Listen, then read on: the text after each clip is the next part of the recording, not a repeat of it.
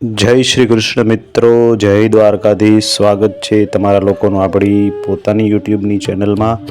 આજે આપણે શ્રવણ કરવાના છીએ ગીતાજીનો અધ્યાય 7, જ્ઞાન વિજ્ઞાન યોગ.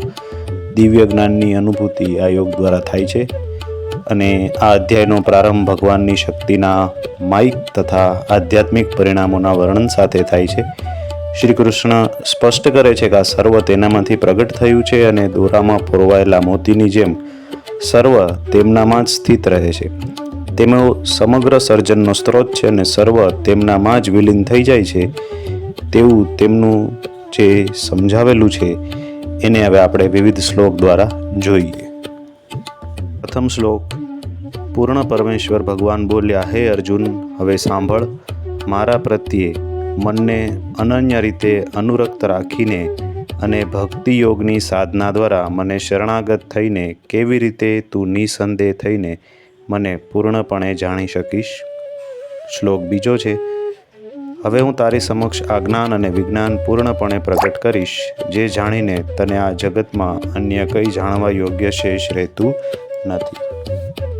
શ્લોક ત્રીજો. સહસ્ત્ર મનુષ્યોમાંથી ભાગ્યે જ કોઈ એક સિદ્ધિ પ્રાપ્ત કરવા પ્રયાસ કરે છે અને સિદ્ધિ પ્રાપ્ત કરનારાઓમાંથી પણ ભાગ્યે જ કોઈ એક જ મને વાસ્તવમાં જાણે છે. શ્લોક ત્રીજો છે પૂર્ણ થયો. શ્લોક ચોથો. પૃથ્વી, જળ, અગ્નિ, વાયુ, આકાશ, મન, બુદ્ધિ અને અહંકાર આ સર્વ મારી પ્રાકૃત શક્તિના 8 તત્વો છે. શ્લોક પાંચમો છે. આવી ગૌણ મારી અપરાશક્તિ છે, પરંતુ તેનાથી ચડિયાતી હે મહાભુજાઓવાળા અર્જુન, મારી પરાશક્તિ છે. આ જીવશક્તિ છે, જેમાં શરીરધારી આત્માઓનો સમાવેશ થાય છે, જેઓ આ જગતમાં જીવનનો આધાર છે. શ્લોક છઠ્ઠો. સર્વ જીવંત પ્રાણીઓનો ઉદ્ભવ મારી આ 2 શક્તિઓમાંથી થાય છે, તે જાણ. હું સમગ્ર સૃષ્ટિનો સ્ત્રોત છું અને મારામાં જ તે પુનઃ વિલીન થઈ જાય છે. શ્લોક સાતમો. હે અર્જુન, મારાથી શ્રેષ્ઠ અન્ય કંઈ નથી. જેવી રીતે મોતી દોરામાં ગૂંથાયેલા રહે છે, તેવી રીતે સર્વ મારામાં આશ્રિત છે. શ્લોક સાતમો. હે કુંતી પુત્ર, હું જળમાં સ્વાદ છું, સૂર્યચંદ્રનો પ્રકાશ છું, હું વૈદિક મંત્રોમાં પવિત્ર ઉચ્ચારણ ઓમ છું, હું આકાશમાં ધ્વનિ છું અને મનુષ્યોનો સામર્થ્ય છું. શ્લોક નવમો છે. હું પૃથ્વીની શુદ્ધ સુગંધ છું, હું અગ્નિમાં પ્રકાશ છું, હું સર્વ પ્રાણીઓનું જીવન બળ છું અને હું તપસ્વીઓનું તપ છું. શ્લોક 10મો છે. હે અર્જુન, જાણી લે કે હું સર્વ પ્રાણીઓનું સનાતન બીજ છું, હું બુદ્ધિશાળીઓની બુદ્ધિ છું અને તેજસ્વીઓનું તેજ છું. શ્લોક 11મો. હે ભરતવંશીઓમાં શ્રેષ્ઠ, હું બળવાન વ્યક્તિઓમાં કામના અને રાગથી રહિત બળ છું, હું એ કામ ક્રીડા છું જે ધર્મથી વિરુદ્ધ નથી અને શાસ્ત્રોની નિષિદ્ધ આજ્ઞાઓથી વિરુદ્ધ નથી. શ્લોક 12મો છે. માયિક અસ્તિત્વની 3 અવસ્થાઓ સાત્વિક, રાજસી અને તામસી મારી શક્તિ દ્વારા જ પ્રગટ થાય છે. તેઓ મારામાં છે, પરંતુ હું તેમનાથી પરે છું.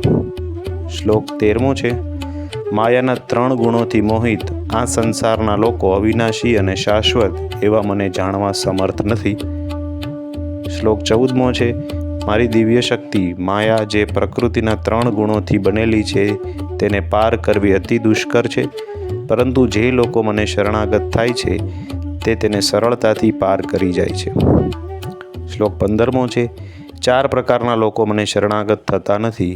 તેઓ જે અજ્ઞાની છે, તેઓ જે મને જાણવાનું સામર્થ્ય ધરાવતા હોવા છતાં પ્રમાદી રીતે નિષ્કૃષ્ટ પ્રકૃતિનું અનુસરણ કરે છે. તેઓ તેમની બુદ્ધિ ભ્રમિત થઈ ગઈ છે, તેઓ જ જે અસુરી પ્રકૃતિ ધરાવે છે. શ્લોક 16મો છે.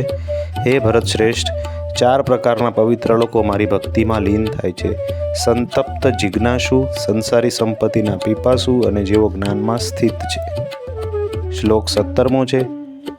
આમાંથી હું તેમને શ્રેષ્ઠતમ માનું છું, જે જ્ઞાનપૂર્વક મને ભજે છે તથા દ્રઢતાપૂર્વક અને અનન્ય રીતે મને સમર્પિત રહે છે.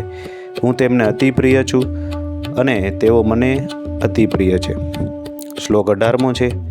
વાસ્તવમાં એ સર્વ જે મને સમર્પિત છે તેઓ નિસંદેહ ઉદાર મનવાળા છે, પરંતુ જેઓ જ્ઞાનમાં સ્થિત છે, જે એકાગ્રચિત્ત છે, જેમની બુદ્ધિ મારામાં વિલીન થઈ ગઈ છે અને જે મને તેમનું સર્વોચ્ચ ધ્યેય માને છે, હું તેમને મારા આત્મા સમાન જ ગણું છું. શ્લોક 19. અનેક જન્મોની આધ્યાત્મિક સાધનાઓ પશ્ચાત જે મનુષ્ય જ્ઞાનથી સંપન્ન થાય છે, તે મને સર્વે સર્વા માનીને મારા શરણમાં આવે છે, આવા મહાત્મા અત્યંત દુર્લભ હોય છે. શ્લોક 20 છે. જેની બુદ્ધિ માયિક કામનાઓથી હરાઈ ગઈ છે, તેઓ સ્વર્ગીય દેવોને શરણે જાય છે. પોતાની પ્રકૃતિને અનુસરીને તેઓ દેવતાઓની પૂજા કરે છે અને આ દેવતાઓને રીઝવવાના આશયથી કર્મકાંડ કરે છે. 21મો શ્લોક. દેવતાઓના જે કોઈ પણ સ્વરૂપની ભક્ત શ્રદ્ધાપૂર્વક આરાધના કરવા ઈચ્છે છે, હું એવા ભક્તની શ્રદ્ધાને તે સ્વરૂપમાં દ્રઢ કરું છું. 22મો શ્લોક. શ્રદ્ધાથી સંપન્ન ભક્ત કોઈ ચોક્કસ દેવતાની આરાધના કરે છે અને વાંછિત પદાર્થ પ્રાપ્ત કરે છે, પરંતુ વાસ્તવમાં હું આ ફળોની વ્યવસ્થા કરું છું. 23મો શ્લોક છે. પરંતુ આ અલ્પજ્ઞાનીઓને પ્રાપ્ત થયેલું ફળ નાશવંત હોય છે. જેઓ સ્વર્ગીય દેવતાઓની પૂજા કરે છે, તેઓ સ્વર્ગલોકમાં જાય છે, જ્યારે મારા ભક્તો મારા ધામને પ્રાપ્ત કરે છે.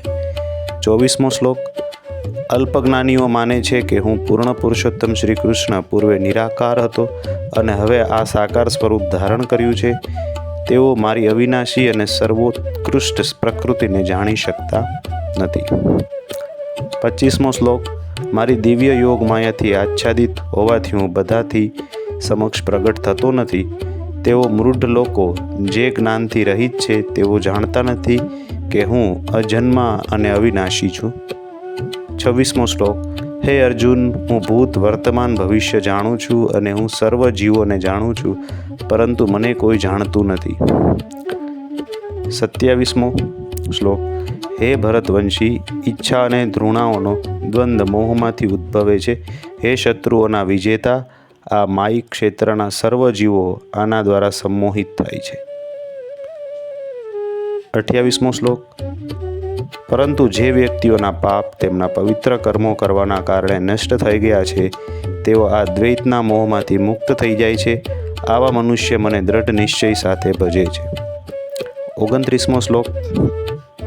જેઓ મારું શરણ ગ્રહણ કરે છે, તે વૃદ્ધાવસ્થા અને મૃત્યુમાંથી મુક્ત મેળવવા પ્રયત્ન કરે છે. તેઓ બ્રહ્મ, પોતાના આત્મા અને કાર્મિક ગતિવિધિઓના સમગ્ર ક્ષેત્રને જાણી લે છે. અંતિમ અને 30મો શ્લોક. જેઓ મને અધિભૂત માયાનું ક્ષેત્ર અને અધિદેવ, સ્વર્ગીય દેવો તેમજ અધિયજ્ઞ, સર્વયજ્ઞ કાર્યના સ્વામીના સિદ્ધાંતના મૂળ શાસક તરીકે જાણે છે, તેવા પ્રબુદ્ધ જીવાત્માઓ મૃત્યુ સમયે પણ સંપૂર્ણ રીતે મારી ચેતનાથી યુક્ત રહે છે. તો મિત્રો, આ હતો અધ્યાય 7 જ્ઞાન વિજ્ઞાન યોગ અને એના 30 શ્લોક મેં તમને શ્રવણ કરાવ્યા. ઓમ નમો ભગવતે વાસુદેવાય. જો આ ચેનલ પર આપ નવા હોય તો ચેનલને જરૂરથી સબસ્ક્રાઈબ કરી દેજો. આવા ધાર્મિક વિડીયો અમે તમારા માટે સતત લાવવા માટે પ્રયત્ન કરશું. અને આમાં જો કોઈ ભૂલચૂક રહી ગઈ હોય તો નસમસ્ત મને ક્ષમા કરશો. જય શ્રી કૃષ્ણ.